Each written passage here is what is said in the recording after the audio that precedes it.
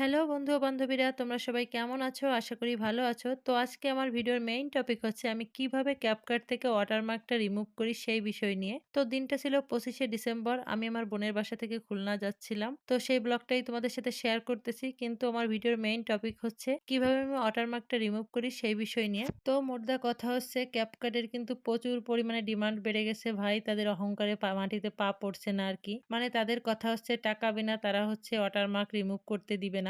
টাকা দিলে হচ্ছে ওয়াটারমার্কটা রিমুভ করে দিবে। কিন্তু ভাই আমরা যারা গরিব, এখনো হচ্ছে ছোট কন্টেন্ট ক্রিয়েটর, আমাদের টাকা দেওয়ার ওরকম সামর্থ্য নেই। তো আমরা কিভাবে ক্যাপকাট থেকে আর কি ওয়াটারমার্কটা রিমুভ করতে পারবো? কারণ ভাই ফেসবুক কিন্তু চাইছে আমরা যেন উইদাউট ওয়াটারমার্কের ভিডিও আপলোড করি। আর এদিকে ভাই ক্যাপকাট তাদের লোগো ছাড়া হচ্ছে ভিডিও এক্সপোর্ট করতে দিচ্ছে না। আমাদের কি একটা সমস্যা। এদিকে ক্যাপকাটের কিন্তু সুন্দর সুন্দর ফিচার আছে যেগুলো হচ্ছে অন্য অন্য এডিটিং অ্যাপসে নেই। যেমন ইনশটেও মোটামুটি ভালো করা যায়, বাট ইনশটে কিন্তু ক্যাপকাটের মতো এত ভালো ভালো ফিচার নেই।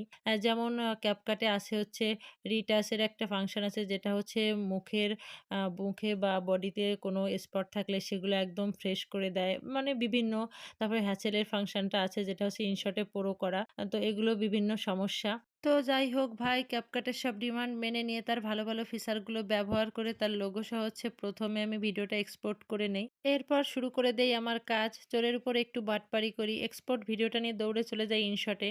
তো ইনশটের ভিডিওটা নেওয়ার পর হচ্ছে ইনশটে যে টেক্সের অপশনটা আছে ওখানে হচ্ছে ডুডল বলে একটা অপশন পাওয়া যায়। ওখানে গিয়ে আমি ভিডিওর যে ওয়াটারমার্কের অংশটা আছে ওটাকে আমি ঝাপসা করে দেই, ফলে হচ্ছে ওয়াটারমার্কটা দেখা যায় না। তো আইডিয়াটা আমি নিজে নিজে বের করছি, কারোর কাছ থেকে শিখি নাই। তো আমি হচ্ছে আমার আইডিয়াটা তোমাদের সাথে শেয়ার করলাম।